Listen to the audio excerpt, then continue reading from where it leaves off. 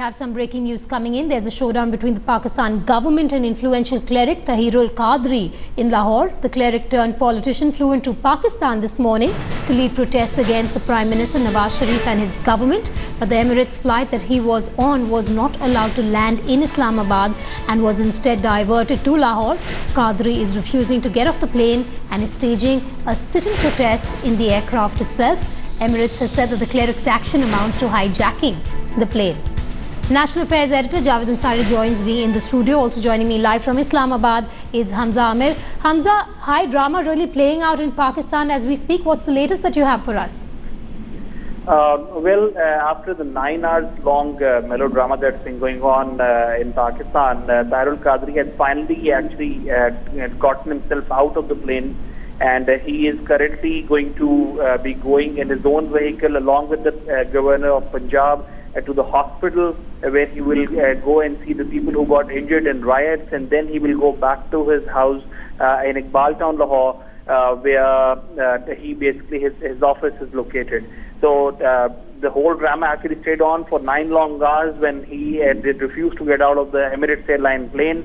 But he was forced to do so because the Emirates airline directed the government that if in case they fail to come to table talks and negotiation with Tahirul Qadri, they will be forced to declare the plane as hijacked, and government will be bound to take action, ensuring safety of the locals inside the plane and also ensuring Tahirul Qadri's exit from the plane as well. So that was basically what was going on. While there were riots, there have been 80 or more police officials that have been injured in riots in Islamabad. The city's been paralyzed, Lahore's been paralyzed, mobile networks were jammed for a few hours. There have been security installations put in place. Thousands and thousands of supporters of Tahirul Qadri are still outside at the Lahore airport. There have been sit-ins going on in Islamabad and in Karachi, and everyone's waiting for him to come out because he actually is the guy who has come for a revolution.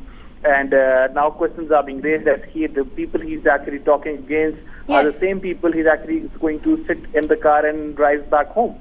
Well, signs of that revolution really being seen and witnessed also on the streets of Lahore. We also have Javed Ansari joining me live from the studio. Javed, Qadri's arrival is now playing out as an open challenge to the Sharif government. How much of a threat will this pose to Nawaz Sharif?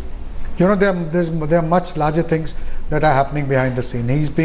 It's no secret that he enjoys the confidence of the Pakistan military, and there are people in Pakistan and outside who believe that he's been brought there at the behest of the Pakistan military. It's no secret that the Nawaz Sharif government has not been entirely enthusiastic about the attacks on the Taliban that the military is carrying out, and therefore now the military believes that it's time to upstage him, and hence he's been brought there. And suddenly I was talking to colleagues and friends in Pakistan, and everybody's just a bit amazed at the coincidence that all networks, mobile phones, everything went off the air, and there is this atmosphere being built of an atmosphere of siege against the current Nawaz Sharif government in Islamabad. Javed, do stay with me. Hamza, coming back to you, there seems to be a proxy coup, like Javed just pointed out, being staged by the military in this case. What are your sources from within the Pakistani government telling you about it?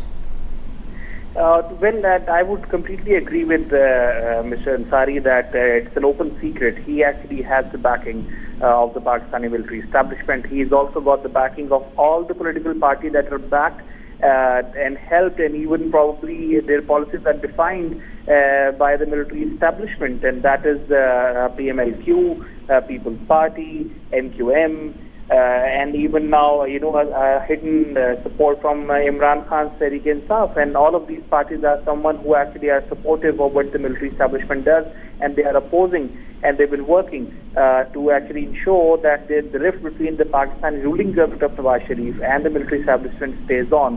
So it's a very important time that he's come, and he's also, not to forget, he was demanding army security if he has to come out of the plane as soon as he landed in Lahore, and that actually highlights the fact that this guy is no small gun when it comes to pressure tactic is concerned. But yes, he is someone who has actually made in presence in the past as well. In 2013, he could not topple down the government, which was a lot more weaker than the one in place right now. It was Asif Zardari's government at that time, when he paralyzed Islamabad for 5 long days, and he had to exit. The same story is going on right now again. I don't think there will be too much of a change in the ruling, toppling of the government is concerned, at least not through Tahirul Qadri. But yes, he will have, and he is in the good books of the military establishment. He is one of the pressure groups that is used every now and then to show the government that they need to actually stay on their feet all the time and not have rift increase between the military establishment and the political ruling government. So Javed, what would this promised revolution mean for Nawaz Sharif in the coming days? I mean, this is not good news. Now Nawaz Sharif has other pressing issues, but he'll be under siege. He'll have to, they're using Tahir-ul-Qadri as a pawn, the military is using it, and all the political forces opposed to him. So everybody's going to rally around and make life generally difficult.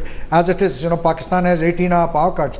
Even cities like Lahore, the Pakistan economy is in tatters. They're up against the wall. They have a mountain climb on all fronts. And suddenly you have this specter of somebody being brought in from Canada, flown in from Canada and parachuted, and suddenly, people on the streets. This certainly is not good news for Mr. Nawaz Sharif and for his government. All right, Javed Ansari and Hamza, thank you so much for joining us on that developing story. We, of course, will keep a track on the developments from Pakistan.